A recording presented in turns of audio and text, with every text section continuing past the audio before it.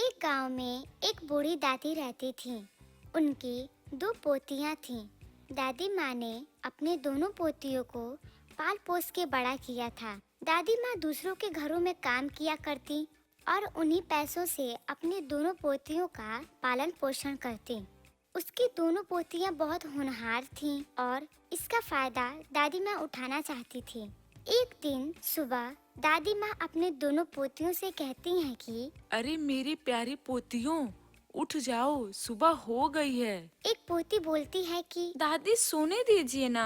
दादी बोलती हैं। बेटा उठ जाओ, आज आप लोग को काम ढूंढने जाना था ना।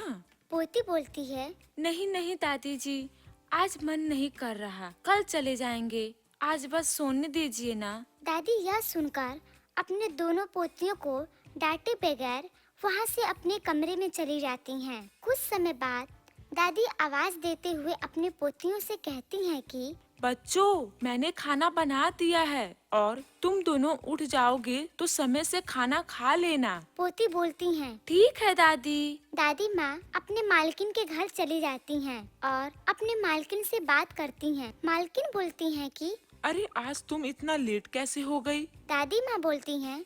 अरे मालकिन जी, आप तो जानती ही हैं कि मेरी दो प्यारी पोतियां हैं, उनको उठाने में देर हो जाती है। उनके खाने पीने का ध्यान मुझे ही रखना पड़ता है। आज तो वो बिल्कुल भी नहीं उठ रही थीं, इसीलिए मुझे आज आने में देर हो गई। मालकिन बोली। दादी माँ, आप मुझसे बड़ी हैं, इसीलिए आप मुझे मालकिन मत कहा करिए। मैंने आपसे यह कितनी बार कहा है। दादी बोलती हैं कि अब शुरू से यही बोलती आई हूँ, इसलिए अब आपका नाम नहीं लिया जाता है। मालकिन बोली। अच्छा, अब मैं चलती हूँ, मुझे बहुत देर हो रही है। आप अपना और मेरे घर का ख्याल रखना। इतना कहकर मालकिन वहाँ से चली जाती है। और दादी माँ घर की सफाई करने लगती हैं। तभी उसे अपने मालकिन का लिपस्टिक दिखाई देता है। वह उसे उठाकर बोलती है कि अरे वाह, यह लिपस्टिक तो कितना सुंदर है। क्यों ना मैं इसे चुरा लूं और अपनी पोतियों को दे दूं। आखिर में वो भी तो लड़कियां हैं, उनका भी मन करता होगा सजने संवरने का। मैं ऐसा करती हूँ कि इसको छुपा लेती हूँ। और वह लिपस्टिक को छुपा लेती है और रसोई घर में चली जाती है। वहाँ कुछ समय खड़े होने के बाद सोचते हुए बोलती है कि नहीं नहीं, मेरी मालकिन को मुझ पे बहुत विश्वास है, उनके इस विश्वास को तोड़ना नहीं चाहती। इतना सोचकर दादी माँ वहाँ से फिर अपने मालकिन के कमरे में चली जाती हैं। उस लिपस्टिक को उसे वहीं पर रख देती हैं। देखते हुए कहती हैं कि जब मालकिन आएंगी तो मैं उनसे मांग लूंगी। और वहाँ से चली जाती है। जब शाम होती है तो मालकिन अपनी एक दोस्त के साथ घर आती हैं। वह दोनों बैठकर बातें करती रहती हैं। तभी वहाँ दादी माँ आ जाती हैं। अपने मालकिन से कहती हैं कि मालकिन, मुझे आपसे एक चीज चाहिए। मालकिन बोलती हैं। हाँ हाँ कहो। दादी माँ बोलती हैं।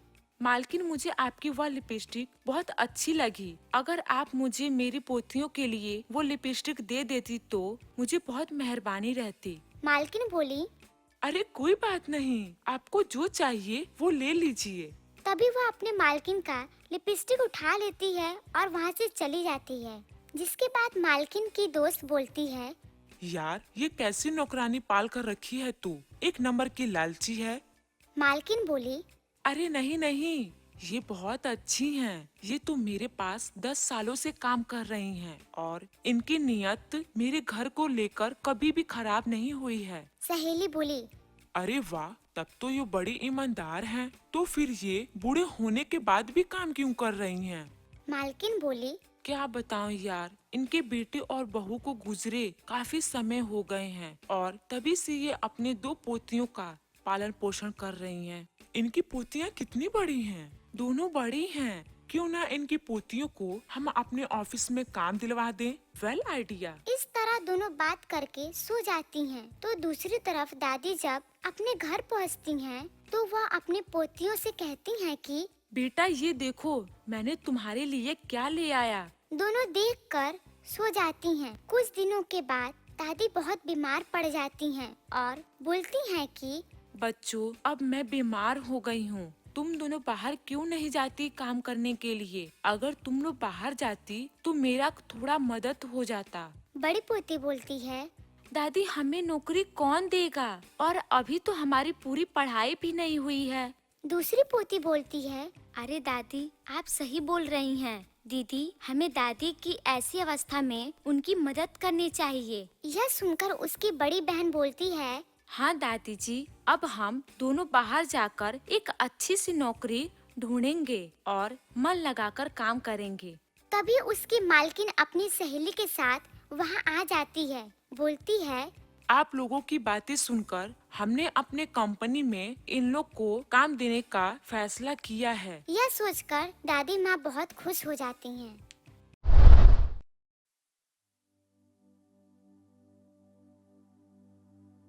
शहर में एगो आदमी रहत रहले। उनकर एक इकलौती बेटी रहनी जे बहुत संस्कारी और सुशील रहनी। एक दिन बाबूजी कहलन, बेटी, भगवान जी हमने के सब कुछ देले बाड़े, हम तोहरा से कुछ कहे के चाहतानी। बेटी बोलनी। जी पिताजी, बोली, रउआ का कहे के चाहतानी? बाबूजी बोलन कि बेटा, हम तोहार शादी करावे के चाहतानी। पता ना कब हम रहब कि ना रहब, यही से हम एगो सुंदर रिश्ता ढूंढले बानी। बेटी बोलने की जैसन राउर मर्जी, बाकी हमारा गैला के बाद रउआ ठीक से रह। तब ओकर बियाह करा दिले। जब वो अपनी ससुराल गईनी तब फैशन वाला कपड़ा पहन के अपनी सास के पास गईली। फिर उनकर गोड़ छुअली। हे राम, तू हमारा सामने ई आधा अधूरा कपड़ा पहन के गोड़ छुए आयल बाड़ू? अरे गांव में हमार बहुत नाम बा, तोरा कारण हमार नाम खराब हो जाई। दुल्हन बोलली, सासू माँ, छोट कपड़ा से केहू बेशर्म ना होला, संस्कार त आदमी के व्यवहार में होला। सास बोलली, अच्छा, मुँह तो तोहर बहुत तेज ही चलता। अरे हमने यहाँ बियाह के बाद दुल्हन साड़ी पहन के घर में खाना बनावेली, औरी तू ई का पहन के आ गईलू? दुल्हन बोलली, माँ जी, हम अपना तरफ से पूरा कोशिश करब कि राउर दिल जीत ले। रउरा टेंशन मत ले, रउरा के टेंशन लेवे के कोनो जरूरत नहीं खे। हमरा रहते हुए राउर नाम के केहू बदनाम ना करी, भले ही शहर के हम बानी। सास बोलली, फिलहाल अभी हमरा आँख से दूर हो जा, हम तोहरा के ई कपड़ा में देख नहीं पावत। वो अपना आपन घर में चल गईली। बहुत दिन बाद सासू माँ अपना दुल्हन से कहली कि काल्हे गणेश जी के पूजा बा, अगल बगल के बहुते लोग आई हैं, त तू हमके शिकायत के मौका बिल्कुल मत दीह। यही से सब लोग के दिखा दीह कि हमार बहू शहर के होत हुए भी बहुत संस्कारी बिया, औरी ई आपन ऐसन कपड़ा पहन के मत आ जाइह। औरी दूसरा दिन पूजा के सारा काम कर लेवेली।